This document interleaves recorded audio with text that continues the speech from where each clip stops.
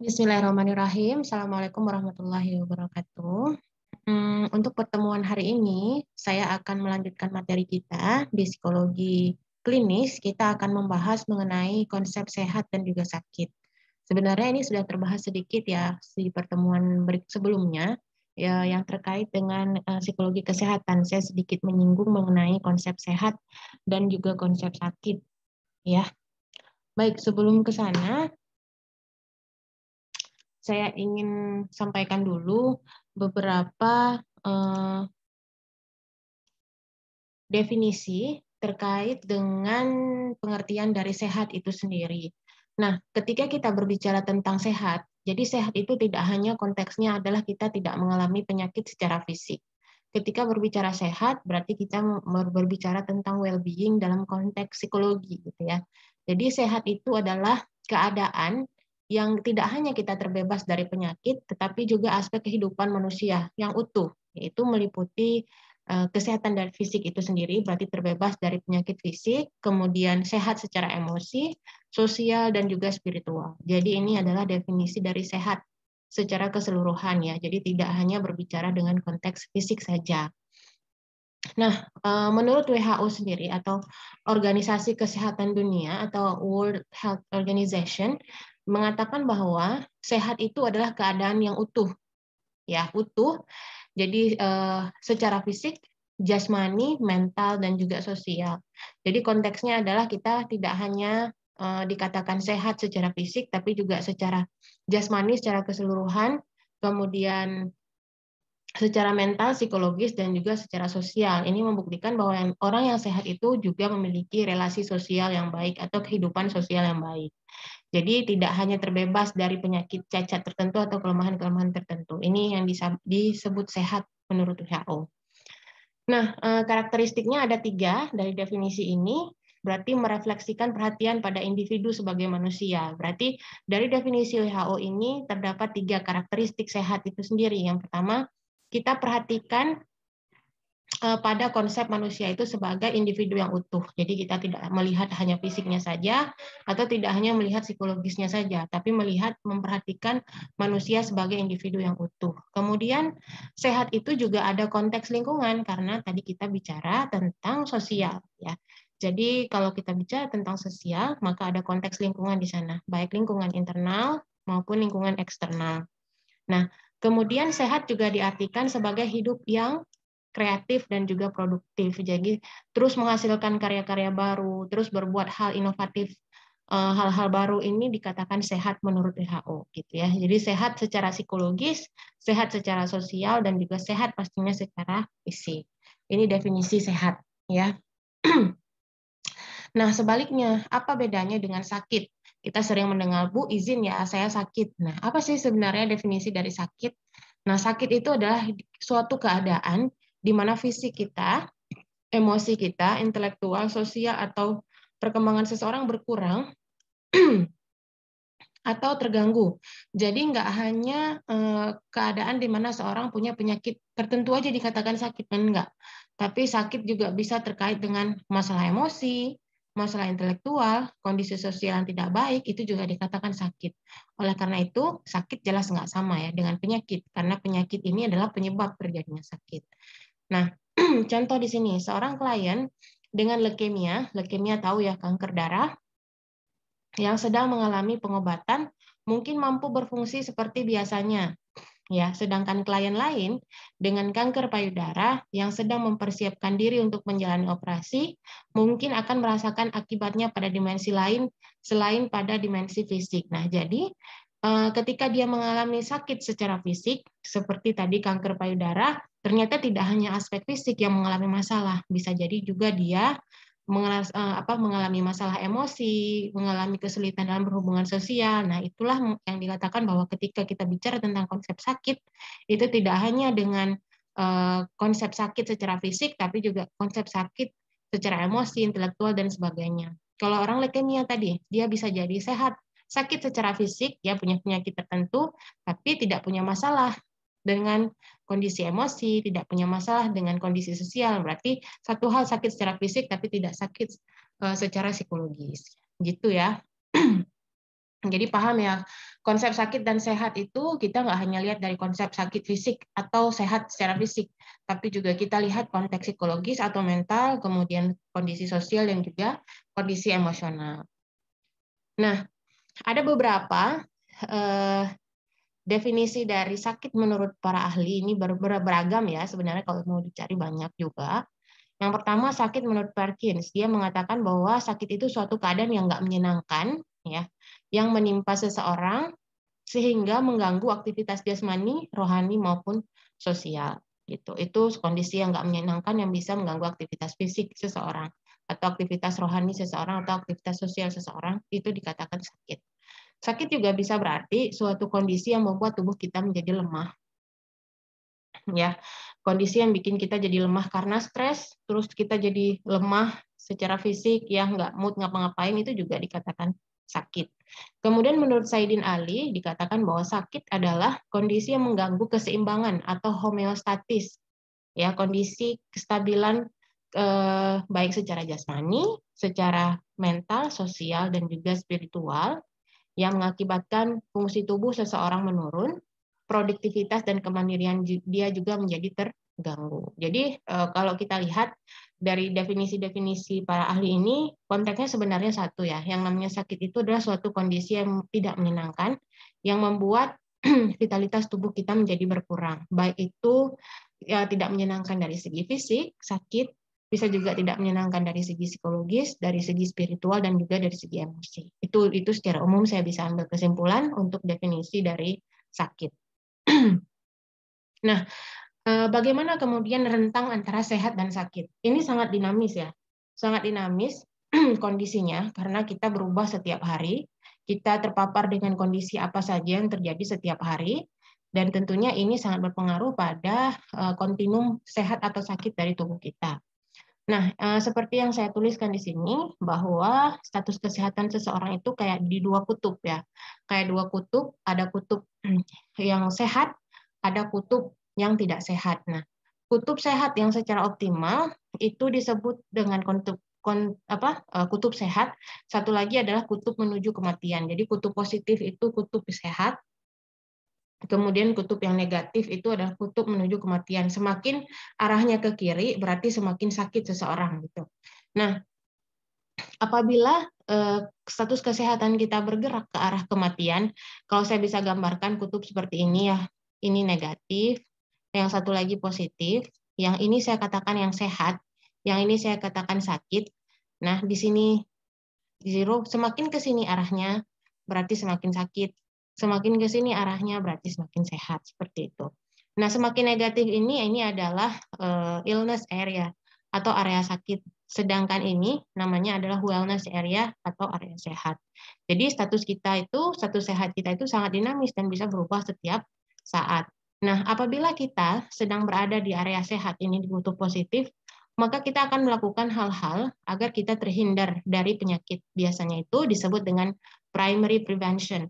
Artinya kita mencegah, ya, pencegahan utama. Kalian masih ingat kemarin dengan psikologi komunitas, kita melakukan primary prevention atau pencegahan utama atau pencegahan primer supaya kita tidak terhindar dari penyakit. Misalnya dengan menjalankan pola hidup sehat dan seterusnya. Ya, di sini kita melakukan perlindungan kesehatan atau health protection dan juga perlindungan khusus atau specific protection agar terhindar dari penyakit. Ini adalah primary ya. Jadi sebelum sakit itu kejadian, kita melakukan pencegahan supaya nggak terjadi sakitnya. Contoh kayak imunisasi dan seterusnya. Nah, apabila individu berada pada area sakit di sini, ya area sakit, maka yang dilakukan adalah pencegahan sekunder dan tersier karena sakitnya udah kejadian, yaitu dengan melakukan diagnosa dan pengobatan agar penyakit yang terjadi itu nggak semakin parah. Ya, ini. Jadi kalau misalnya udah di area positif, tadi saya ulang sekali lagi, di sini kita akan melakukan upaya pencegahan supaya kita nggak sakit. Tapi jika misalnya kita mengalami sakit, maka upaya pencegahan yang kita lakukan itu sifatnya adalah sekunder dan juga tersier. Artinya kita melakukan pengecekan terhadap sakit apa yang sedang kita alami, deteksi dini, dan juga kemudian mengkonsumsi obat misalnya, supaya penyakit kita itu tidak bertambah buruk atau tidak bertambah parah gitu. Ya, ini adalah kontinum sehat atau rentang sehat dan sakit. Nah, ini berikutnya adalah status kesehatan. Ketika berbicara tentang kesehatan ini sangat relate sekali dengan psikologi klinis, karena kita dalam konteks psikologi klinis juga tidak hanya membahas mengenai, nanti kan akan berhubungan dengan psikologi abnormal ya, psikopatologi. Artinya ketika kita berbicara tentang kesehatan, kesehatan itu atau patologi atau gangguan dalam psikologi kan tidak hanya bentuknya seperti gangguan psikologis ya, tapi juga ada gangguan psikologis yang termanifestasi dalam sakit fisik. Contohnya seperti hipokondriasis, body dysmorphic disorder, ya itu kan bentuknya adalah keluhan-keluhan fisik seperti itu. Nah, status kesehatan sendiri merupakan suatu keadaan kesehatan seseorang dalam rentang sehat sakit yang bersifat dinamis. Jadi status kesehatan itu yang dipengaruhi oleh perkembangan sosial kultural, pengalaman masa lalu, harapan tentang dirinya, keturunan, lingkungan, dan juga bagaimana pelayanan kesehatan. Jadi status kesehatan kita yang tadi kontinum sehat sakit itu bisa sangat dinamis, berubah-ubah bergantung pada hal-hal seperti ini, gitu ya. Nah, pertama misalnya perkembangan. Perkembangan itu relate sekali dengan usia. Semakin bertambahnya usia, biasanya orang akan semakin mudah untuk terserang penyakit. Karena fungsi dari organ-organ tubuhnya akan semakin menurun, sehingga dengan fungsi yang menurun ini, daya tahan tubuh menurun, akan mudah sekali untuk terpapar virus ataupun bakteri yang ada di lingkungan. Nah, ini konteks perkembangan. Kalau konteks sosial kultural, ini tergantung dari kepercayaan atau keyakinan yang dipercayai oleh orang-orang setempat, misalnya. Ya, misalnya,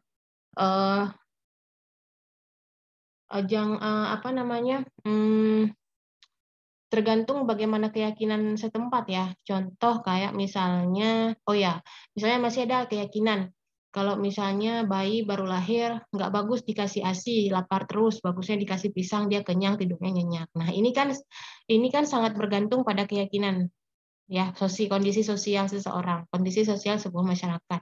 Artinya keyakinan ini sangat menentukan bagaimana status kesehatan masyarakat itu. Kemudian yang kedua, pengalaman masa lalu. Nah, pengalaman masa lalu ini kalau misalnya kita udah pernah ngerasain nggak enaknya sakit, biasanya kita akan ingin menghindar supaya atau melakukan perilaku yang lebih sehat supaya tidak terhindar dari penyakit gitu ya. Kalau harapan seseorang tentang dirinya, ini perubahan kesehatan ke arah yang lebih optimal. Hal ini menghasilkan status kesehatan yang lebih baik, baik secara fisik maupun psikologis. Misalnya, saya ingin hidup sehat supaya umur saya panjang, misalnya, maka dia akan melakukan gaya hidup yang lebih sehat. Kemudian keturunan. Keturunan ini berhubungan sekali dengan genetik sebenarnya, penyakit-penyakit genetik. Kalau misalnya kita udah lihat, orang tua saya punya kecenderungan punya penyakit ini, saya harus hidup lebih sehat supaya tidak mendapatkan resiko yang lebih besar, seperti itu. Kemudian lingkungan di mana kita tinggal, ya lingkungan ini sangat berhubungan dengan sanitasi, kebersihan, pembuangan air limbah dan kotoran. Semakin sehat tempat kita tinggal, maka semakin bagus status kesehatan. Kemudian juga pelayanan kesehatan yang ada di tempat kita tinggal, misalnya. Kalau pelayanan kesehatannya bagus, ya kita juga akan cenderung balik lagi ke situ untuk mendapatkan pelayanan, ya sehingga kita juga akan cenderung untuk balik lagi ketika kita sakit, atau misalnya pelayanan-pelayanan yang diberikan sesuai dengan kebutuhan kita atau terjangkau misalnya harganya, misalnya gitu ya. Jadi kalau pelayanan gratis biasanya kita akan memanfaatkan itu untuk meningkatkan status kesehatan kita. Nah, beberapa faktor lainnya yang juga mempengaruhi sehat ini sebenarnya sama juga kayak tadi ya. Jadi ada faktor-faktor ini bisa mempengaruhi kita untuk lebih sehat atau justru mempengaruhi kita untuk menjadi nggak sehat. Nah, ini tergantung sekali bagaimana kita menyikapinya. Kayak misalnya faktor lingkungan. Faktor lingkungan terhadap kesehatan itu perannya sangat besar, gitu ya. Kalau misalnya lingkungannya sehat, biasanya kita akan cenderung juga hidup sehat. Contoh yang paling sederhana misalnya tentang sanitasi, pembuangan sampah, tinggal dengan tempat buang sampah sembarangan, atau misalnya MCK yang kotor seperti itu kan akan sangat berpengaruh terhadap kesehatan kita. Kemudian sosial budaya juga berpengaruh tadi ya. Kalau tadi saya cerita tentang keyakinan. Kemudian juga bisa dari status ekonomi misalnya ya, status ekonomi rendah itu juga sangat berpengaruh terhadap status sehat sakit. penghasilan yang rendah, kemudian demografi terlalu padat penduduk di situ, ya, pendidikan yang rendah sehingga informasi mengenai kesehatan sulit untuk didapat. Seperti itu juga akan mempengaruhi kondisi kesehatan. Kemudian fasilitas kesehatan yang minim misalnya terlalu jauh atau sulit untuk dijangkau, informasinya nggak ada, kemudian program-program yang disediakan di situ juga tidak mendukung, jadi orang nggak tahu apa-apa, nggak ada upgrade ilmu terhadap kesehatan gitu. Kemudian keturunan, ini jelas ya kalau genetik. Kemudian struktur tubuh, ada orang yang misalnya gemuk, pendek, itu juga beresiko ya, beresiko terhadap penyakit-penyakit tertentu, bentuk tubuh tambun, kemudian jarang olahraga, itu juga akan mempengaruhi status kesehatan. Nah, keempat faktor di atas itu dapat menunjang ataupun dapat menghambat kesehatan sehingga dapat memudahkan atau menyulitkan timbulnya sehat sakit, dan juga faktor-faktor tersebut saling mempengaruhi. Jadi faktor kesehatan, lingkungan, fasilitas kesehatan, kemudian faktor sosial budaya, kemudian lingkungan itu sangat berpengaruh terhadap kita untuk bisa hidup sehat ataupun justru terpapar dengan penyakit. Nah, apa aja sih penyebab penyakit? Nah, penyebab penyakit itu sebagian besar sebenarnya banyak disebabkan oleh apa yang kita makan, gitu ya. Jadi penyebab penyakit ini adalah istilah medis yang digambarkan sebagai gangguan dalam fungsi tubuh yang menghasilkan berkurangnya kapasitas dari tubuh kita untuk bekerja secara optimal. Nah, sumber dari penelitian dikatakan bahwa sumber penyakit manusia 90% itu ada di usus yang tidak sehat atau tidak bersih. Gitu ya. Kalau usus yang nggak sehat berarti otomatis sumbernya dari makanan. Nah, makanan yang kita makan setiap hari itu meninggalkan sisa-sisa di dinding usus. Nah, tumpukan sisa makanan yang mengendap dari waktu ke waktu akan mengakibatkan toksit atau bahan beracun. Nah, bahan beracun ini bakteri, apakah fungi atau jamur, parasit dan seterusnya itu akan masuk ke peredaran darah sehingga jadi toksin atau racun di dalam darah. Nah, ini yang kemudian akan menghasilkan berbagai jenis penyakit yang kemudian akan mengganggu dari stabilitas fungsi tubuh kita sehingga kapasitas tubuh untuk bekerja dengan optimal menjadi berkurang. Nah, penyebab lainnya juga bisa disebabkan oleh agen. Nah, agen ini biasanya penyebabnya adalah faktor-faktor luar, ya, faktor luar seperti gizi yang kurang, ya, kurang vitamin atau kelebihan vitamin, kurang iodium, kemudian juga ada zat-zat kimia, misalnya terhirup pestisida, kemudian ada zat-zat kimia yang berasal dari tubuh dari misal dari metabolisme tubuh, misalnya hormon tiroksin yang berlebihan dan seterusnya. Ini juga bisa menyebabkan terjadinya penyakit, ya. Selain dari usus yang kotor tadi, dari lingkungan jelas ya, dari lingkungan juga bisa menyebabkan terjadinya penyakit, misalnya daerah geografi, dataran tinggi, daerah rawan dan musim, misalnya ya daerah yang panas, daerah yang dingin biasanya ada penyakit-penyakit tertentu yang endemik gitu ya. Kemudian tumbuhan-tumbuhan juga bisa menyebabkan terjadinya penyakit misalnya lalat, atau dari hewan-hewan berantar lalat, nyamuk, kecoa, tikus, atau binatang berbisa. Kemudian juga kondisi sosial ekonomi, itu juga bisa mengakibatkan terjadinya penyakit. Kepadatan penduduk terlalu padat, kumuh seperti itu juga bisa menyebabkan terjadinya penyakit. Nah, jenis penyakit, penting nggak sih buat kita untuk tahu jenis-jenis penyakit atau sakit apa sih yang kita derita? Nah, ini sangat penting karena dengan kita tahu jenis penyakit apa, kita tahu mau treatmentnya seperti apa, gitu ya. Jadi penting sekali agar kita dapat mencegah timbulnya penyakit atau dapat mengantisipasi ketika gejala-gejala yang kita rasa mirip dengan penyakit-penyakit tertentu, gitu ya.